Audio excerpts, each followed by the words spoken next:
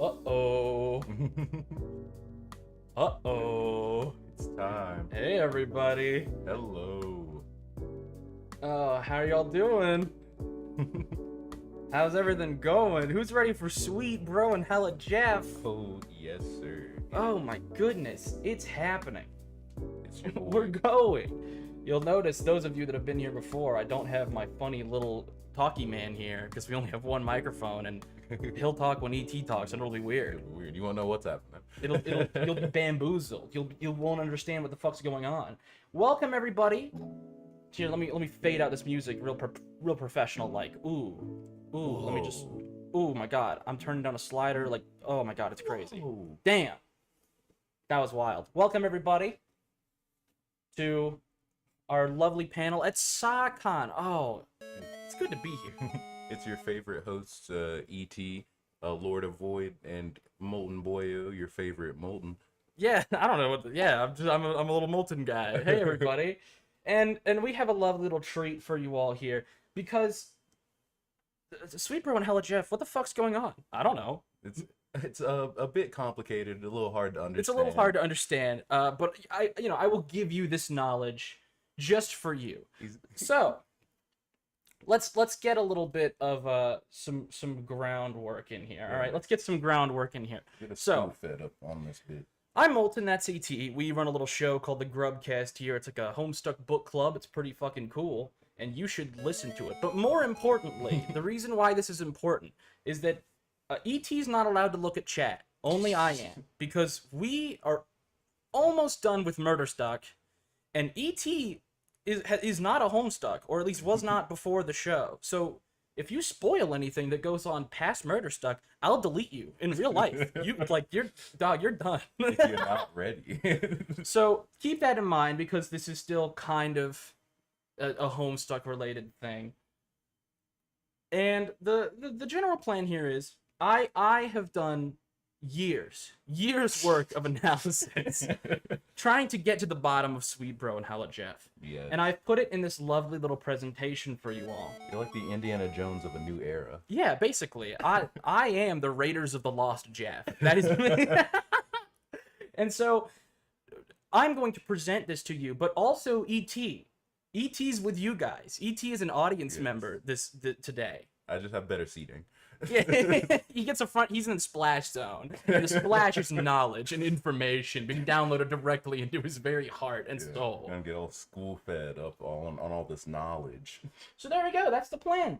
That's what we're doing. Everyone ready? Everyone in your desks. Yeah. Everyone got all your notes out. Yes. Take your notes. You got to take your notes. You in the back, spit the gum out. Spit the gum out. Take your headphones out. All right. Listen here, motherfucker. This will be on the test. All right. You understand me?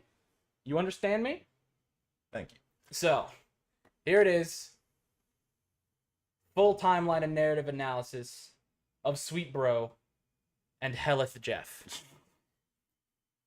We got to set some ground rules for this presentation, all right? Because Sweet Bro and Hella Jeff is a very deep piece of media. It hides a lot of its themes a lot deeper than surface level, as I'm sure you would agree. It's very complex. It's very complex. Not for the faint of heart. And so you need a truly analytic mind in order to decode it. So I'm going to let you know what the general steps we're going to go through here, all right? Because it is a non-chronological story.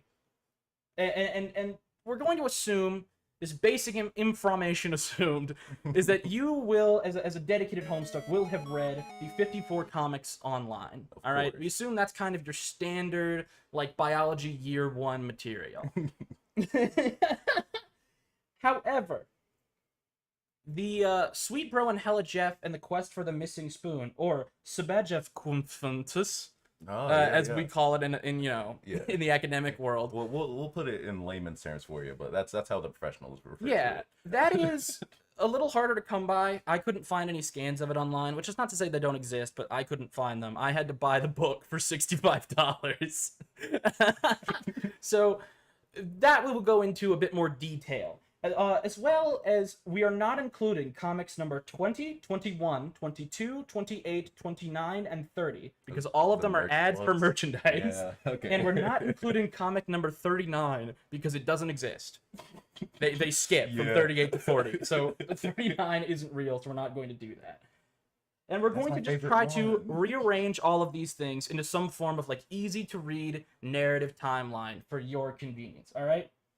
So with that all out of the way, there's a trigger warning here, guys. Trigger warning for gaslighting, abuse, and attempted suicide. I'm not kidding. Like this isn't a joke. Like I'm serious. I'm serious, guys. This is a problem. It gets dark once you look past the base level of Yeah. Hella See, Joe. you think it's some easy comedy webcomic, but in reality, it's incredibly tragic and deep. It's this very, very And viewer discretion is advised. lore rich Guys, I'm serious. This is like, you need to pay attention to these. Gaslighting, abuse, and attempted suicide, all right? It's like the epilogues all over. Oh, also homophobia, but that doesn't come into this analysis very much, but I guess that's true. That is also rampant. should be covered, yeah. That should definitely be covered. It's like a general sweet bro and hella Jeff thing. So there we go. That's your warning. Leave now. Part 1. We're going through some of the basics here, all right? The basics. Let's start with our lad, Sweet Bro. The sweetest of bros. Sweet Bro is incredibly sweet. Start with the most obvious character trait of Sweet Bro. He is a fucking gamer. Hardcore. This man games. This man plays Metal Gear Rising on hard mode. All right? The most obvious, listen, it's in Sweet Bro, Hella Jeff, 1, 4, 5, etc. They're everywhere. It's constant. I don't even need to come up with references for this. He's a gamer. You get it. All right? The other thing about Sweet Bro, he takes care of himself. Yeah. He takes care of himself. In comic number 8, he's drinking milk for healthy bones. He's got to get his pour on. Gotta get the pour on. In comic number 26, he's shaving. He's making sure that he looks nice. He's making sure he's staying groomed. Mm-hmm. And in comic number 41, he gets ripped. Oh, yeah. He gets super ripped. Absolutely jacked. So that's important. Yeah. He takes care of himself. And he's generally the straight man to Jeff's, like, goofy guy, like, in their comedy duo. Like, he's willing to be goofy, but once things get too far, Sweet Bro is the one that's going to put a stop to it. Comic number 23, he kills Vampire Jeff. Comic number 27, he's trying to correct his praying in church because he's being very, very disrespectful, frankly. It's just not okay. Yeah, no. You gotta respect God, all right? Respect the hot god. You gotta respect the hot god. Oh, yeah. Put jelly on this hot god. How high do you even have to be to do something like that? Oh, man. In comic number 35, he tries to make the date not shit, and he leaves Jeff to go sniff the subway fumes out of the subway fume grate. You don't want to ruin that date. You don't want to ruin that date. 40, stop yiffing my butt. Enough said. 53, when he quote, stop sucking the dick of man's best friend, bro. Which I think that's the part when the comic becomes for adults ages 41 or above only. Yeah. Because, oh dear God. But he's still, again, willing to engage in goofiness when he feels it's appropriate. The entire Nancho Party saga is a great example of that. Beautiful 16, art. Let's Be Santa. Great art on the Nancho Party saga. 24 and 25, 32 and 33, which are all about him skateboarding. He loves to skateboard. It's a very big part of his character. And then 45 through 48, which is the Sherlock Holmes saga. Yes. He's willing to, kind of joke. He's dressing up in costumes, having fun with his bro. He's also probably uneducated. We can tell he probably did not have a very good education. Comic number 10, sports. He cannot use a ruler. He doesn't know how. He's trying to use it the In comic number 11, he's greatly vexed by prices and values, and this is a problem. He does not understand prices and values. Number 18, he doesn't know how to turn the spoon flat ways to put it in the drawer. The whole time, Jeff is just, like, lambasting him. Yeah. 34, he doesn't know days of the week. We will come back to this. Keep that in mind. That's important. That's important. All right? And in comic number 42, he doesn't know the rules of chess. All right?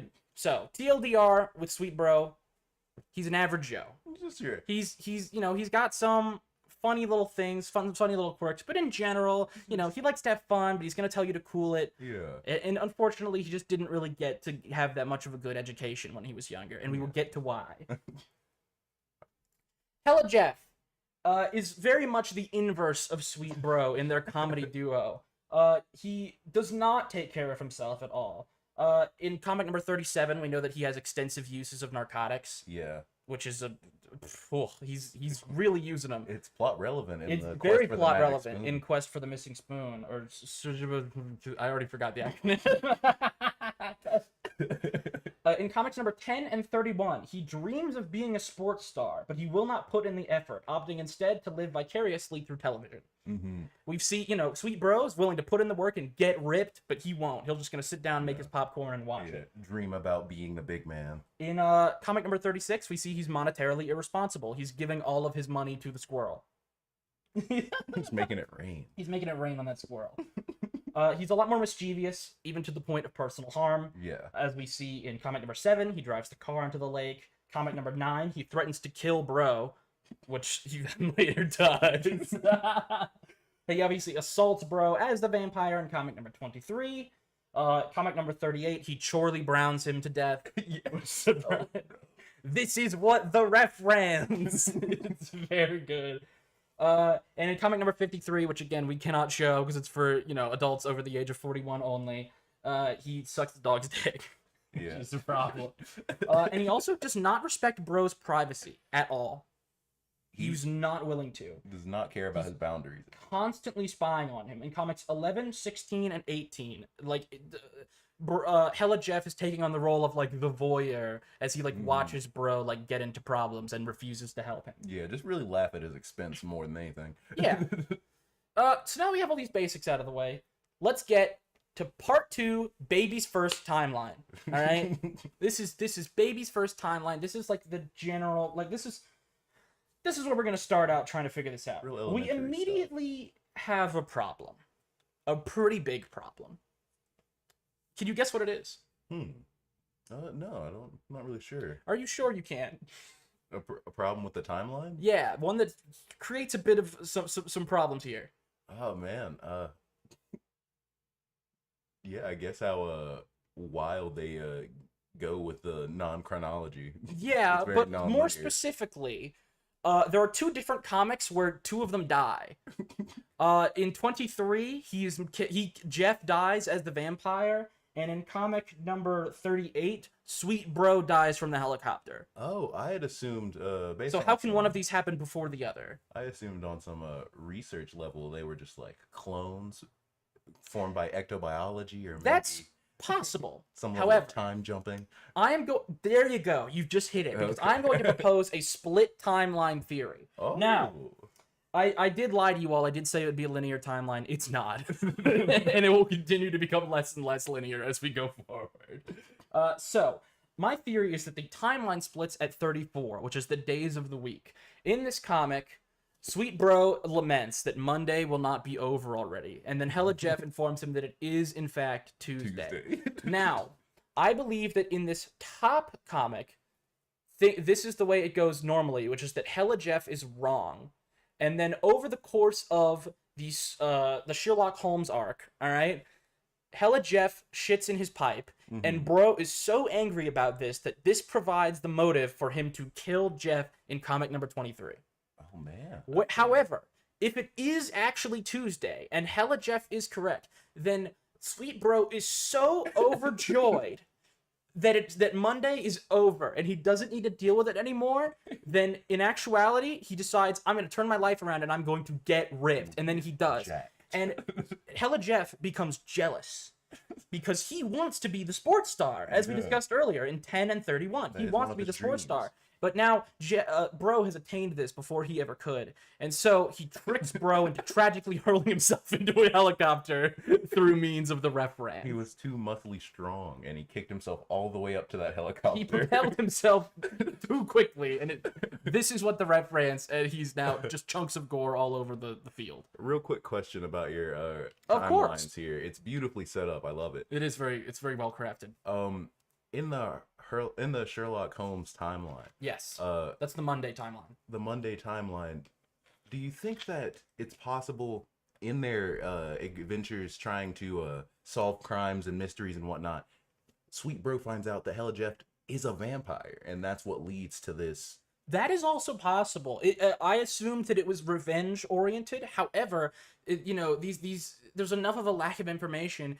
Jeff could genuinely be a vampire, and over the course of role playing as Sherlock Holmes, Sweet Bro attains the analytical mind necessary to like discover this, and therefore puts him down like the Satan beast that he is. He has to do it for mankind. Yeah, it's for the greater good. But the real question: are you next? However, this is just the mainline comics. We have not yet discussed SBAHJ, Sweet Bro and Hella Jeff, and the quest for the missing spoon. The good SBAHJ comes. As previously said, we're going to go through a kind of abridged recap because I think that this is not as widespread as the main comic. I have good reason to believe that people have not read this as much as they have the 54 mainline comics. I had scientists research it. You're right. Yeah, so we're going to begin the recap here. Andrew Hussey is going to recap Sweet Bro and Hella Jeff and the quest for missing spoon, by which I mean me. Andrew Hussey, who's me, and motherfucking me. First off, we have Hella Jeff sitting high upon in his tower as he smokes that story juice, and he's going to tell us a story. And so Bro is dreaming, and he dreams of himself like wandering around in this desert with Subway logos, and he meets this like hooded figure, but before he can reveal himself, he wakes up and he says, "Shit, dog, it's time for breakfast." Time for breakfast. It's time he for looks on the calendar, and healthy today is breakfast. Today is breakfast day. So, he's preparing his breakfast. However, he notices the conspicuous absence of his spoon. This cannot stand. No. Bro, Jeff arrives, newlywed to Bro's mother, of course. And basically he says, "Damn, you fucking suck, bro." Actually, specifically the quote that he says is, "This is likely one of the most suck-ass breakfast setups on the face of the earth." Quote, Hella Jeff. And Sweet Bro goes forth on his journey to find the spoon. He spends many hours searching the woods, but to no avail. And Jeff is kind of just watching him, as we saw in the mainline comics, like spying on him from a distance, like watching him be shit. And eventually plays one of his incredibly harmful pranks, which is hitting him with a meteor. He's like, "Oh man, I'll put this vending machine out in the forest. He'll stop when he gets hungry, and then I'll hit him with a meteor." I will hit him with a meteor. He fell for the old meteor gag. The old meteor gag. That's what they say. And he is unfortunately knocked underground into a secret underground grotto where he must use his Game Brother SP handheld gaming device to navigate the darkness. Unfortunately, the Game Brother simply serves to reveal to him Hella Jeff's giant middle finger in the middle of the darkness, which is he's not happy about it. He continues on, and yet he finds this like angelic creature carrying his spoon, but as he reaches out for the spoon, the angel turns into a demon and knocks him into a train. I don't know, man. Like, he throws him into a train somehow. He's in there. While he's on the train, he spots the hooded figure. And the hooded figure is running away with a spoon, but before he can reach out to him, a mass of lawyers stops him and drags him out of the train. Whoa, what are you doing? He just carries him like some luggage on the side. And he arrives in Dubai from the train, which is just like a desert. It just looks like an Aladdin, it just looks like Aladdin City, but covered in Subway logos. So he realizes he's very hungry, and he tries to gain sustenance by ordering a Dubai authentic Thirsty Boy, which is a giant Subway sandwich covered in soda. But he's beckoned into a dark alley by Jeff. Jeff provides for him the Game Schlanger potion, and Bro attempts to buy it with his Mountain Dew credit card. However, his Mountain Dew credit card is not real, and so he's thrown in prison for fraud. This is all canon, guys. This is all canon, all right? I need you to understand. This is all canon. He is now in jail. We had an intermission in which we get to see the police report. And then we move on to Act 2 of I'm just making sounds now. It's not even kind of the letter. I'm going so fast because I have 10 fucking pages of notes. I'm sorry that I'm not giving you enough time to jump in here, but I have so much to get through in an hour, and we're 20 minutes gone already. We'll speed run feeding them knowledge. Yeah, we can listen. Are you all paying attention? Are you all catching all this? All right. Yeah, we'll be on the test, and we will erase the board after every sentence. Yeah, you better be writing down your notes at fucking lightning speed.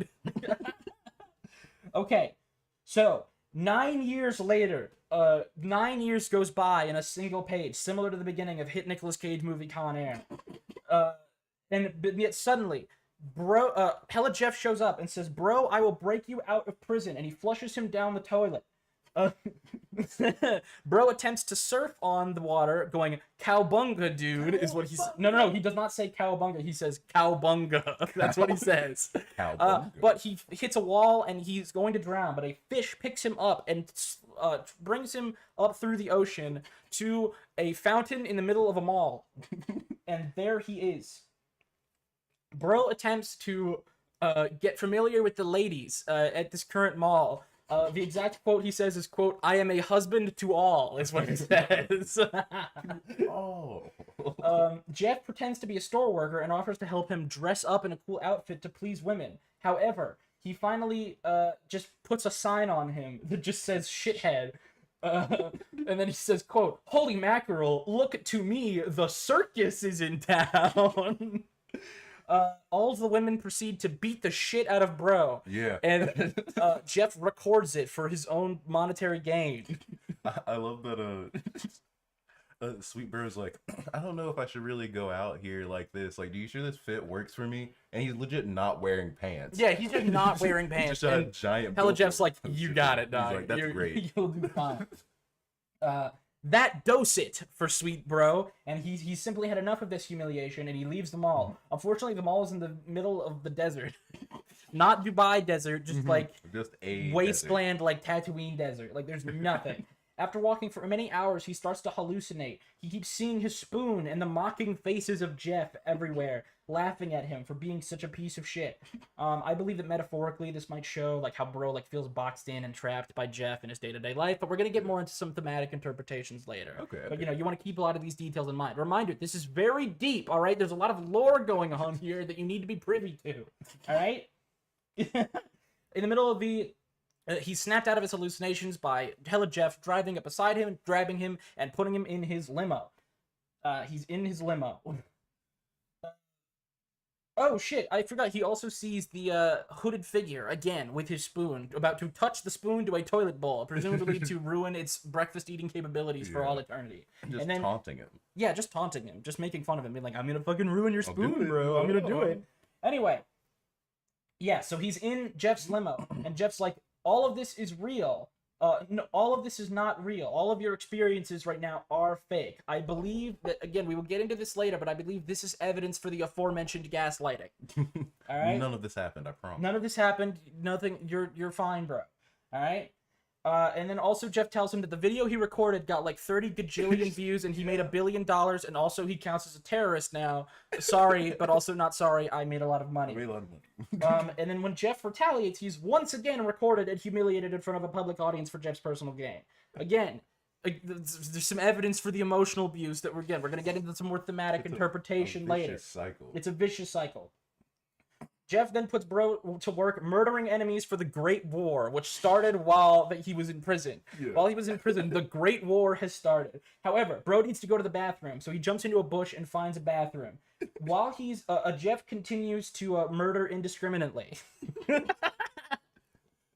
He's like, "What side?" Bro's wondering, "What side are we on?" He's like, I don't care. Just dome some dudes," I think is what he says. You're missing the forest for the trees here. When inside the bathroom, Bro questions all of his decisions up to this point. He sees the hooded figure in the mirror and shatters it. I believe that this is like an emotional battle to determine like whether he should go for his idea, whether or not he should become what Jeff wants him to become. All right, this is a very like deep. Oh wow, look, it's so deep, guys. It's so deep. All right, I promise. I promise. There's a narrative here, and that it's very deep. Bro finds Jeff's great tower from the beginning of the book. On the way to the mountain, he is stopped by Jeff, who informs him he must pass all 3 of his trials. Yeah. The first trial, the trial of strength. Jeff covers Bro's eyes and ears and tells him he must beat the shit out of his principal with his totally fake psychic powers. He proceeds to get the shit kicked out of him by the principal. His principal's really strong. Yes, and also Jeff does say that he died, but we technically don't know if that's true because we never get to see it. The trial of the mind comes next. Bro must perform the ancient art of Misagihare, and he must sit underneath a waterfall. Unfortunately, the waterfall is elephant shit, and Hella Jeff just kind of points and laughs at him. And that's what a lot of this book is. Yeah, really. You gotta do this thing. Okay.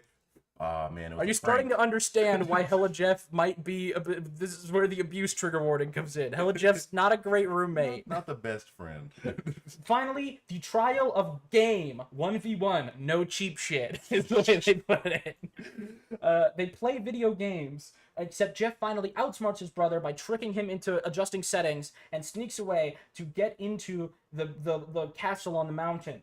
And when Jeff makes it into the tower, it's very evil looking. It's very scary and evil looking. Super ominous. And he finally sees the cloaked figure holding the spoon over lava, threatening to destroy the spoon.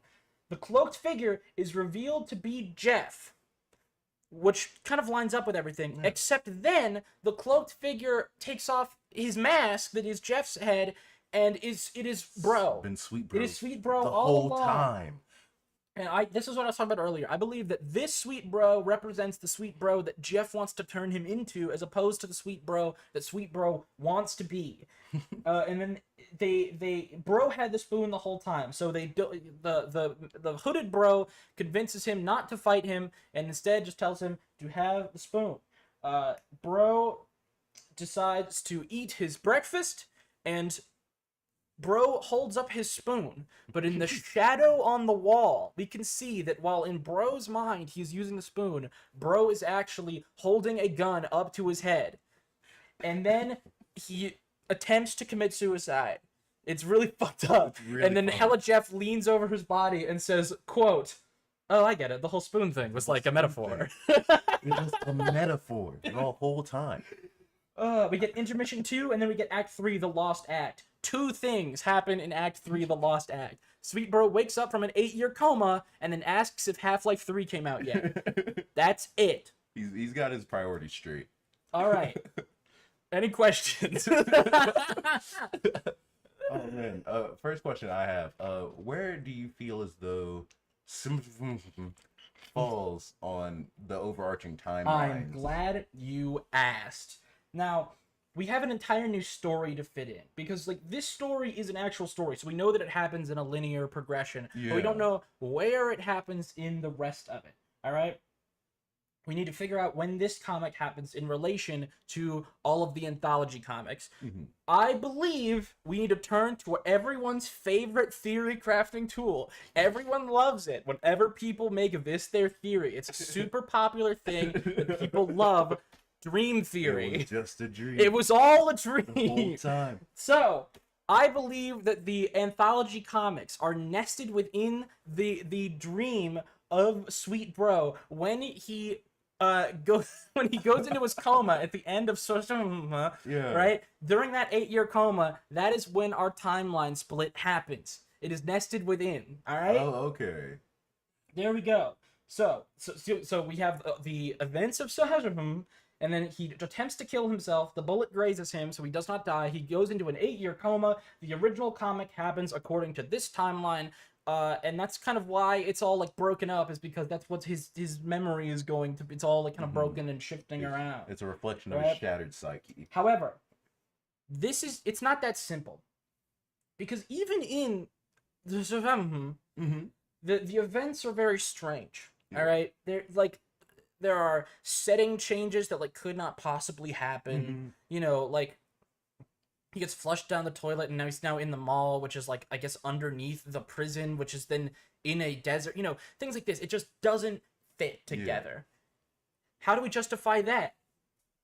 Dream theory squared, beyond Inception. I believe that there is a secret reality that we are not privy to that causes Sweet Bro to hallucinate the effects or dream or, you know, create in his mind the events of SAHCon, which then create the events of the comic proper, which is why the comic proper is even more disjointed, is because we're now 2 layers down from reality. We're already, right?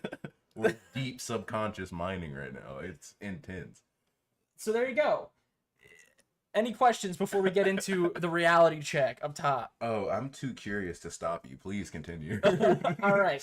Now, we need to figure out why Sweet Bro and Hella Jeff and the quest for the missing spoon happened. Right? Because breakfast. Sure, but I mean, if we're going with Dream Theory Squared beyond Inception, the theory of narrative analysis, we need to figure out what experiences happened in his life to create the dream interpretation of that we see in Sweet Bro and Hella Jeff and the quest for the missing spoon, aka that. Right? Okay. So that's kind of the challenge we are posed to now. So we need to figure out the true narrative of Sweet Bro and Hella Jeff based on trying to reconstruct reality from these multiple layers of dreams. Yeah. That's the situation that we've been put in. So, are you ready for part 6? True enlightenment. It's serious time now. Oh man. All right. Are you ready? I was playing around before, but now I'm serious. Are you ready for serious time? All right. So, Joseph and Jeffrey Splint were born in 1965 and 1967 respectively to their parents on the Eastern Coast. Their parents immigrated to the United States a year prior as they were a part of the Sicilian Mafia trying to gain a foothold overseas. This is real. This happened. Look it up.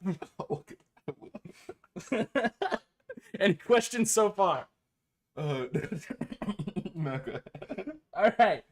As the younger sibling, Joseph often deferred to his older brother as the face of their duo, resulting in him frequently being referred to as Jeffrey's brother, and so he took the nickname Bro. Bro is Joseph Splint. I will use them interchangeably from now on. When you hear Joseph, think of Bro. Okay. When you hear Bro, think of Joseph. All right? Now, growing up, the 2 brothers shared a very strong relationship, shielded from their parents' criminal lifestyle. Mm-hmm. They would do pranks, they would joke around, they would play video games together. They had a wonderful friendship as 2 brothers. I hear pranks are popular in the mafia organization. Yeah, there are a bunch of pranksters over there. There's some funny. There's a bunch of little pranksters, you know. So, as they grew older, Jeffrey would start to take their pranks further and further, and he would kind of start to show himself capable of greater cruelty in his pranks. All right. They were riskier and riskier and caused greater risks to his safety. Mm-hmm. Now, neither of them were able to be particularly educated well due to their life of crime. But Jeffrey, I think, received a better education due to special treatment from their parents, as Jeffrey's new behavioral patterns applied themselves better to a life of crime than Bro's innocence. Okay. And so he received special treatment and received more opportunities from his parents to grow and evolve, which is why in the comics Jeffrey knows more shit than Bro about most things. You gotta turn it flat ways to put the spoon in the drawer. That was my favorite part of class. Learning which way to put the spoon in. Yeah, it's an incredibly important part of education. So, eventually,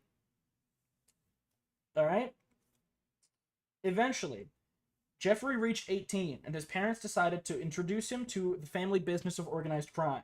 And Jeffrey took to it like a fish to water. As they said, he is chilling. He's so good at doing criminal shit at age 19. All right? Real prodigy over here. As such, this kind of helped continue the feedback loop of special treatment that he received from their parents. Also, mentally, it's probably reinforcing violence gets me what I want. Exactly. Because every time I do something violent, my parents approve it, and I get better treatment. So why not do more violence? 100%. You're on the right track. You're really this is why you gotta have some students that are willing to really think deeper and for character analysis. Because Sweet Bro and Hella Jeff is such a layered story. It deserves this deeper analysis. Deep. It's incredibly deep. So, eventually, Jeffrey realized that he was getting special treatment from their parents, and he, in a twisted type of way, does still, you know, like love Bro. That's his Yeah. brother, right? So he decides, I'm going to turn my brother into a criminal that is just as good as me. Oh And they my enter goodness. a Vriska Tavros-esque Yeah. relationship where you see, this is still a Homestuck panel, guys. Guys, this we're is still talking about we're Homestuck. still doing Homestuck. This I is still a promise. Homestuck thing. I promise that you guys are still here because you like Homestuck. All right, I promise. Please. So therefore, Sweet Bro is shown the family business, and he is hit in the face with the cold, hard codpiece of reality. Oh no. The fucking cathedral. It's too intense. It's too intense. Oh, I want to go back to enlightenment. No, you can never go back to pre-enlightenment. You're in Ignorance is reality bliss, now. and you are in bliss no longer, you motherfucker. You understand me? So, his pranks become significantly worse. They become even crueler as he tries to twist Bro to fit his image of what he needs to be to get the respect that he feels that Bro should get. Right? Mhm. But Bro is just not this type of person. This is not like the lifestyle that he wants to live. He's too sweet. He's too sweet. He is sweet, Bro. And that is sweet isn't like fucking sweet, Bro. But it is sweet isn't like, aw, you're so sweet, bro. You know what I'm saying? The sweetest little brosif, yeah. And it is that dichotomy that creates this problem, this tear in what he considers himself to be. And whenever Jeffrey has questions about his behavior, he would simply deny. He would gaslight Joseph into believing that he was just trying to help him. Again, similar to Vriska Tavros shit. Yeah. Remember, this is the emotional abuse trigger warning. I was serious, guys. I told you. All right? So, eventually, during a job gone wrong, Jeffrey uses Bro as a scapegoat, and he gets him put in prison for 15 years. However, 9 years into... So over the course of his prison sentence, Bro hardens. He finally, learns to survive in a criminal environment because he just has to. And so he now, in prison, after being fucked over by Jeff, this was Jeff's final step to try, this is my final push. Nothing else I've done has worked. I will get you put in the paddy wagon and turn you into the criminal mastermind I know you can be. And 9 years in, he finally fulfills this requirement. Bro is tough, he's hard, he doesn't care about anything, he's done. He's a criminal. He's like Scarface from the movie Scarface and from the video game Scarface. That's Bro right now. All right? You understand me? So, he now has fulfilled his brother's wish to become the perfect criminal partner, and so Jeffrey stages a prison break, allowing him to escape early. All right? Therefore, he joins Jeffrey on his criminal escapades as his partner in crime. Until, after another 2 years, he realizes a terrible secret that Jeff has been hiding from him. His parents are dead, executed for their crimes in the middle of his imprisonment. No. And he never told him because he knew that it would destroy him. But he needed him to stay tough so that way they could do criminal shit. And Bro swears to never forgive him. And when he learns of this on the news, then Jeffrey purposely, that Jeffrey was keeping him from him and shit, he reflects. And he reflects on the type of person that he was when his parents were still alive. And he remembers what he was like as a kid, playing video games and engaging in lighthearted japery with his brother. It was all great. It was all fun. It was beautiful. He has the japes. He has the flame. All right? And he thinks of who he's become, and he looks in the mirror, and he doesn't see himself. All he sees is the twisted thing that Bro has created. And so he picks up the spoon. Oh no. Yep. So here's unspooned. Unspooned. All right? Do you understand this? All right? This is the thematic relevance of all this. The spoon, as shown by the end of the book, is the gun. That was his easy way out. Over the course of his entire life, he's constantly looking for a way to escape from his brother's tyranny, and he believes that that's the way out. And we see most of the book is just his search for, freedom while hounded by Jeff's abusive behavior. All he wants is to get that spoon. He just wants it to be done with. And once he gets out of jail, he almost completely gives in. Which is why, in the book... Okay, so remember when I said he gets out of jail and he starts helping Jeffrey, do criminal shit? Yeah. This was reflected by, in the book, once he gets out of the prison, he immediately starts helping Jeff kill people in the Great War. Yeah. Right? You see? The lines are starting to connect here, don't you get it? All right? And, however... the hooded as we said, the hooded figure is the twisted representation of himself. It is the confrontation he has in the bathroom in the bush is him like finally looking straight on at what Jeff has forced him to become, and he decides he's going to put a stop to it. And this is when I remind you, the fight between at the end of SAHCon, the fight between Sweet Bro and hooded Sweet Bro. They never actually fight. I've been calling him Bitter Bro. Bitter Bro, Go ahead. Punished Bro, Liquid Bro. We'll call him Liquid Bro. So Sweet Bro and Liquid Bro have a face-off, but Liquid Bro, they don't actually fight. Liquid Bro simply convinces him to use the spoon. Yeah, he's like, you've had it all along. That he never beats his inner demons. He gives in. And thus, there you go. The ending. So, our final timeline. The alpha timeline. I missed the slide of the economy. This is the economy. It's supposed to represent your spirit going down as you realize the tragedy that's unfolding. This is the alpha timeline. This is the new timeline. All right. So you have the entire story that I just laid out for you. We're gonna get to this little bit at the end here. Don't worry. I know what happens, and it's not as dire as it might seem.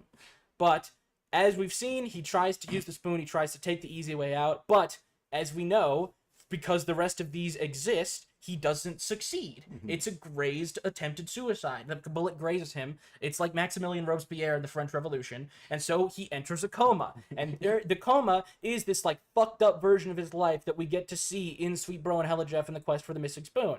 And then once again, it nests down even further to create this, which just boils down all of the conflicts that we've heard thus far. At the deepest levels of his subconscious, it just boils it all down.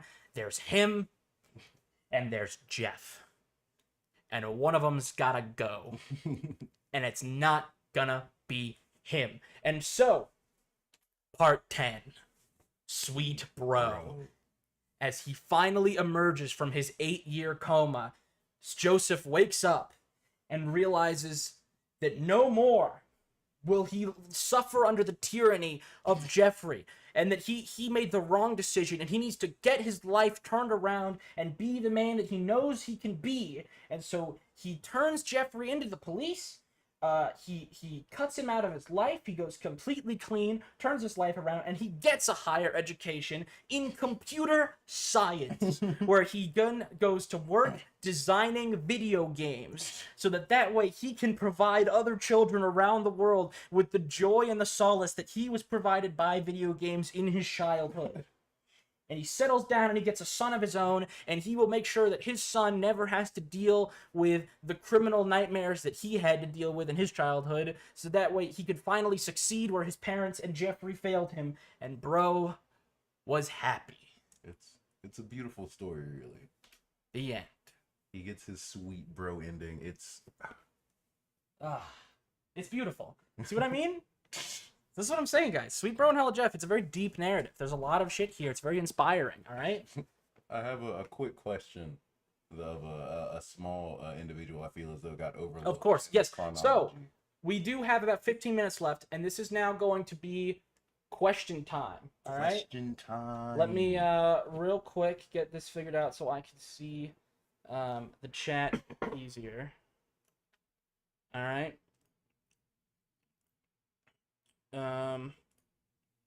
Because my fucking second thing is really fucking tiny and small.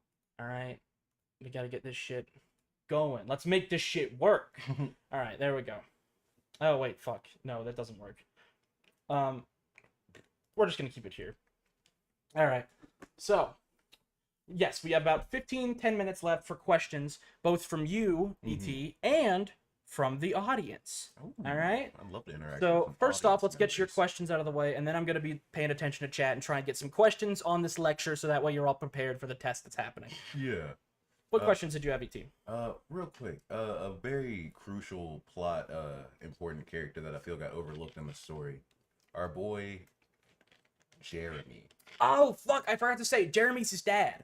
Oh, okay. All right. Jeremy is his dad. But Jeremy was killed during their during one of his criminal operations, which is why Jeremy doesn't do anything, and he doesn't look like any of them, because he never even knows what his dad looked like, and he doesn't have any memory of what his dad would have been like. So Jeremy, in the Sweet Bro and Hella Jeff main series proper, is just like this husk of like a body that just kind of stands around and like announces his presence and doesn't do anything, because he doesn't know, like, in his subconscious, like, what attributes to ascribe to his father. I completely forgot to mention that. That was a very important question. Yeah, no, I'm glad I was able to bring it up. Let's see what the audience wants us to talk There we about. go. I'm gonna be reading chat. Ask you guys some questions. Ask some questions, and I will do my best to answer them. Do you think that Breakfast Day was the day he planned to kill himself, and that it was an idea in his head from the start of SAHCon? I do think that. I think that that's when he was planning to do it. But unfortunately, he was thwarted by his brother trying to see him in misery. Something that I think slightly contradicts. I was talking to some Hussian scientists before. Oh, this. of course, of course. It's a large field. There's a lot of differing interpretations of the text. Some data they had shown to me was on the calendar it says Breakfast Day on the day that is today, and then it also said Breakfast Day tomorrow. So that could still be true, but then it's even sadder because it's like every day he's like, I'm gonna try, man. I'm really gonna. These get are out of both this. actually valid interpretations. Again, this is the wonders of dream theory, is that it's all bullshit and you can make up whatever you want and it all fits. Isn't that awesome? This is why everyone loves dream theory so much. It's super cool. You can say whatever you want, even if it's not even kind of held up in the actual work. And this is why I'm very proud to be the creator of Dream Theory Squared Beyond Inception, because it's that squared. It's even more. It's beautiful. Let's see. Where did the original Sweet Bro and Hella Jeff inspiration, Lewis and whatever his name is, fit in? It's unclear. It's unclear how canon that is to Sweet Bro's personal narrative. Because as I hope, as I've proven, he is very much the protagonist of this story.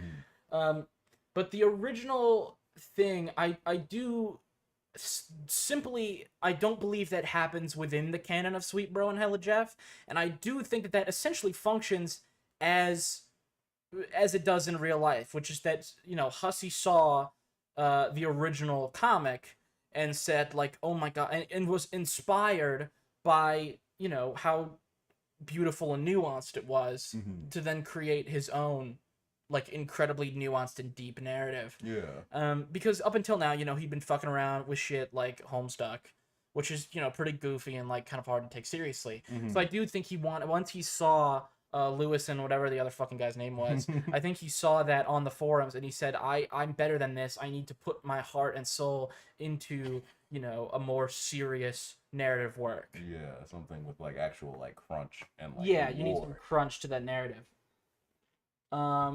Does this tell us anything about Dave as Sweet Bro and Hella Jeff's creator? It's interesting. That is very interesting. Is once you realize how much that Dave was putting into this comic, it does start to show some light on maybe his inner mind past the. It shows some light on his inner mind past, you know, the ironic facade that he puts forward. And unfortunately, I could draw some parallels to a lot of Dave, but I cannot because ET's here and I will spoil him for some shit for Dave. Some non-spoiler stuff because I can't spoil it. Yeah, you can't spoil it for yourself. I feel as though this is kind of like Rose's wizard fanfic that she writes. Like, this is Complacency of a Learned. Yes. This is where Dave goes to kind of pour out his very passionate and emotion-filled feelings because he wears this mask of sarcasm and this is the way that irony all the he time. vents all of his, you know, sorrows and frustrations into a creative work so he can, like, get them out of his system so that way they don't pollute his ironic facade. Yes, precisely. This is I think he might have just made a new breakthrough in Hussey and science. oh man. I think that was beautiful. I'll alert them. Alert the council, please. The High Council of The Hussey and council. Scientists. Oh man. You say Sweet Bro got a degree in computer science. What did Sweet Bro do with it? I did touch on what he did with it. Sweet Bro, with his degree in computer science, goes on to design video games because he remembers how much solace they brought him during the troubling times of his childhood. that is what Sweet Bro continues to do with his computer science degree. Does the spoon being a tool used to eat breakfast reflect the central role that using violence to get money plays in mafia operations? And that is why Bad Bro carries it and uses it. I Oh, didn't think about that. Sweet Okay. Bro doesn't use the spoon that often, as we've seen. Yeah. And so, as we can see, because the spoon is, a weapon, it is an instrument of destruction. Then that is why Liquid Bro uses the spoon constantly and is constantly seen with it, because that bro is the one where at post bro's corruption and turned into a criminal mastermind, he would constantly be armed and constantly be willing to to shake someone down for fucking game schlanger potions once Yeah. with his gun. I'm glad the students are paying attention. I'm really, These are good this questions. is good. This is, you want an engaged classroom, because this is how you know that these are people that they're gonna grow up to be something. Once they enter whatever their chosen field is. See, they have a deeper mind that is capable of like seeing these deeper meanings. Yeah, I know. And it's really encouraging to see as an educator. Yes, absolutely. I know some of you are only here for the minor and sweet broology, but I'm glad you're paying attention. I'm glad to see that those people are much more outweighed by the people that are taking this seriously, Yes. as it deserves to be. Yes, precisely.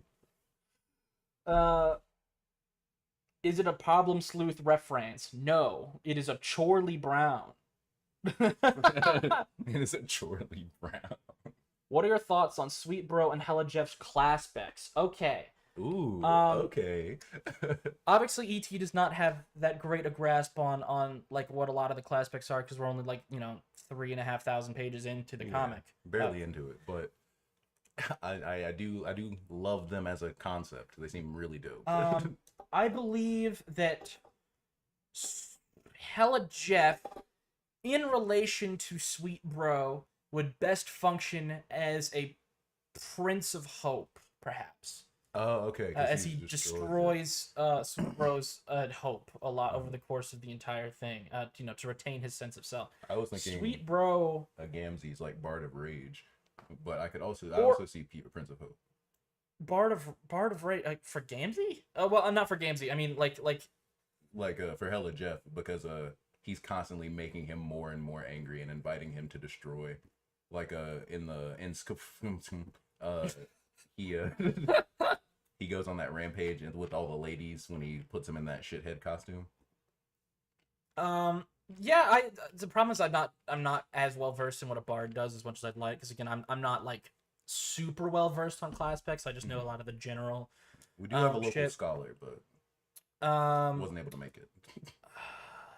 A Maid of Life for, I don't know why, but for some reason that clicks for me, for Bro. Feels right. Okay. As someone who I feel like by the end of his narrative, he's reached a point where he's now like giving joy and like the ways to, he's giving the tools to other children and to his own son to then live their lives the way that they want to. Yeah. By the end of his narrative, I think that's where he ends up. That's probably where I would put him. Bro's a Doom player. I will defer to people. Listen, like we are Hussian literary analytics. We while we have a cursory understanding of that is a different scientific field, and it's one that I will defer to a class spec researcher on this subject. All I can say is my layman views on the subject. Yeah. I think a passive class for Jeff is cool because, like ET said, he's trying to allow his aspect to flow through Bro. Then I guess it would be, like Bard of, I guess Bard of Doom, like passively inviting Bro into Doom. Yeah, like kind of like calling him into this dark corner of the criminal underground. Or passively inviting Bro to destroy himself through Doom. Yeah, okay. I see that. That is the effect that his class spec's presence is having on him. I think that if I understand those two things correctly, I think that's a pretty much more spot on. I think you're right. I will defer to your analysis, and I think the passive class of Bard is much more fitting to Jeffrey's personality. Jeff could be doing that role-playing thing like Vriska did to Tavros and failing because she was a thief. I don't understand what you're saying. I mean, I understand that you're referencing the Tavros Vriska parallel that we've brought up, but other than that, I'm simply not following. I apologize. Is the audience of Sweet Bro and Hella Jeff a character of the comic in the same way that the audience of Homestuck MSPA Reader is a character of that comic? I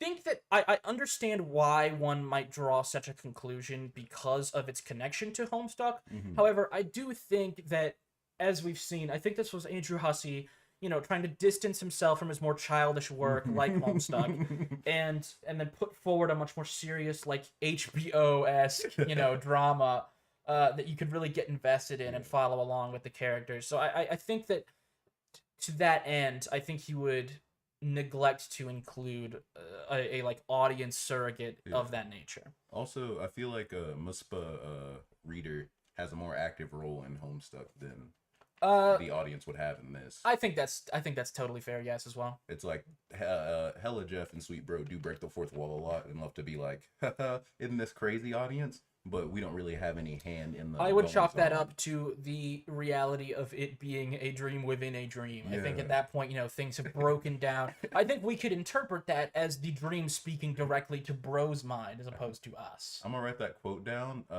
because anytime anyone comments on this theory and claims it's wrong, I'm just gonna be like, oh yeah, well, it's probably just a dream. You obviously don't get the complex non-linear storytelling of Sweet Bro. We're gonna take one more question and then wrap it up. One more question. How would the Sweet Bro and Hella Jeff movies fit into the narrative? Would it be an alternate story? Now I cannot speak further, ET, on the Sweet Bro and Hella Jeff movies because that's a thing that's mentioned later on in Homestuck. But what I can say is that the Sweet Bro and Hella Jeff movies, are simply a betrayal of the abstract nature of Sweet Bro and Hella Jeff's genius storytelling.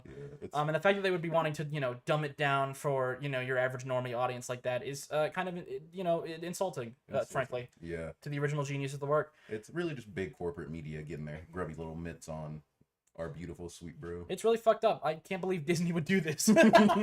Of course, it was made by Disney. They own Homestuck. Anyway, everybody, thank you so much for coming to our lovely panel. Yes, I'm glad you could come in and sit I am for the Molten. class. I am ET. It's excellent. If you want more of us, this channel we do a show called the GrubCast, where we read through different parts of Homestuck every single week. And by every single week, I mean most weeks. And we're slowly working through the comic. I'm obviously someone that's been around a very long time, but E.T., this is his very first time through Homestuck. He's a brand new Homestuck, so you kind of get to get both perspectives as we make our way through the comic. There's a lot more coming down the pipeline. I highly recommend you join us for that. Yes.